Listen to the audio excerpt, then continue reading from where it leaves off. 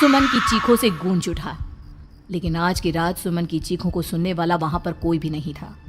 अगर वहां पर कोई मौजूद था तो बस हया, जो कि अब एक भेड़िए में बदल चुका था। सुमन के बालों को पकड़कर घसीटते हुए वो जंगल के बीचों बीच एक जगह पर ले जा रहा था। अगली सुबह गांव में, अरे भाई, पता नहीं क्या बात है, अपने गांव का हरिया किसान और उसकी पत्नी सुमन दोनों गायब हैं। दोनों का कोई अता पता नहीं। अरे कैसी बातें कर रहे हो भाई, ये कब हुआ है? अरे पूरे गांव में खबर फैली पड़ी है। कल रात को दोनों खेत की तरफ जा रहे थे, लेकिन लौटकर आए ही नहीं। तो हो सकता है अपने खेत पर होंगे। पूरा गांव ढूंढ कर आया है भाई। जानते हो क्या मिला वहाँ पर? क्या हुआ भाई, क्या मिला? बताओ हमें क्या मिला? अरे हरिया की पत्नी सुमन के कपड़े पड़े हुए थे। शरीर का एक एक कपड़ा फटा हुआ झोपड़ी के बाहर पड़ा था, लेकिन दोनों पति पत्नी का कोई पता ठिकाना नहीं था। अरे भाई, लेकिन उसका जो दोस्त है ना रामू किसान, उससे पता करके आते हैं ना। अब तक तो दोनों साथ ही खेत पर जाया करते थे। हाँ, हमें उसके घर जाना चाहिए भाई। चलो वहाँ चलते हैं, चलो। वो सारे लोग रामू के घर पर पहुंचते हैं। रामू अपने घर के बाहर बैठकर हुक्का पी रहा था। आज सारे के सारे लोग टोली बनाकर मेरे घर क्यों आ रहे हैं? क्या कोई मर गया क्या भाई? अरे कैसी बातें कर रहे हो? तुम्हारा सबसे अच्छा दोस्त हरिया और उसकी पत्नी गायब है और तुम यहाँ बैठकर हुक्का पिए जा रहे हो हैं? रामू ने अजीब सी नजरों से उन सब गांव वालों की तरफ देखा, जिसकी वजह से वो लोग एक बार के लिए डर गए।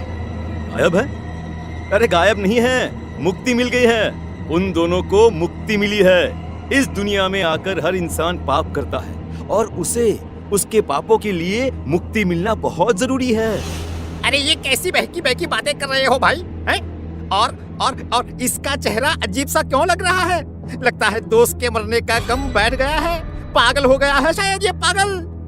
ये बात सुनते ही रामू चीख कर जोर से चिल्लाते हुए कहता है, पागल मैं नहीं हूँ, पागल तुम सब हो। और ये शैतानी जंगल अब तुम में से किसी को नहीं छोड़ने वाला, सबको। वहीं दूसरी तरफ एक साया बच्चे के ठीक नीचे आग जलाकर उसके चारों तरफ हैवानों की तरफ नाच रहा था। छोड़ दो मेरे बच्चे को। अरे क्या कर रहे हो तुम? शर्म नहीं आती तुम्हें? अब उसने देखा कि रामू एक खतरनाक खूनी हैवान में बदल चुका था। कौन हो तुम? जाने दो मुझे। क्या चाहते हो मुझसे? वही जो एक आदमी एक औरत से चाहता है। मैं तुम्हारा पति रामू नहीं, बल्कि इस जंगल का एक भेड़िया हूँ, और आज की रात तुम्हारे खून से अपनी प्यास बुझा जाऊं। और उसके बाद वो जंगल कमला की देवी के मंदिर का सिंदूर भी था। किशन जंगल के बीचों बीच पहुंचा। ये देखकर उसकी आंखें फटी की फटी रह गई। वहां एक उबलते पानी का तालाब था और कई लोगों की लाश लटक रही थी। किशन के माँ बाप की लाश भी वहीं थी। माँ, बापू, क्या हो गया? ये क्या हो गया? तभी वहां पर एक औरत और आदमी आते हैं। उन्हें देखकर किशन चौंक जाता है। गोपाल काका, आपकी तो 5 साल पहले मौत हो गई थी। और निर्मला काकी, आप? मौत तो हो गई थी, लेकिन तुम ये नहीं जानते कि हमारी मौत कैसे हुई थी। क्या कहना चाहते हैं आप? कुछ नहीं, बस ये जान लो कि अब इस गांव में कोई जिंदा नहीं बचेगा। लेकिन क्यों काकी? क्योंकि 5 साल पहले इन गांव वालों ने मुझे डायन बताकर पत्थर मार मार के मार डाला। मेरी कोई गलती नहीं थी।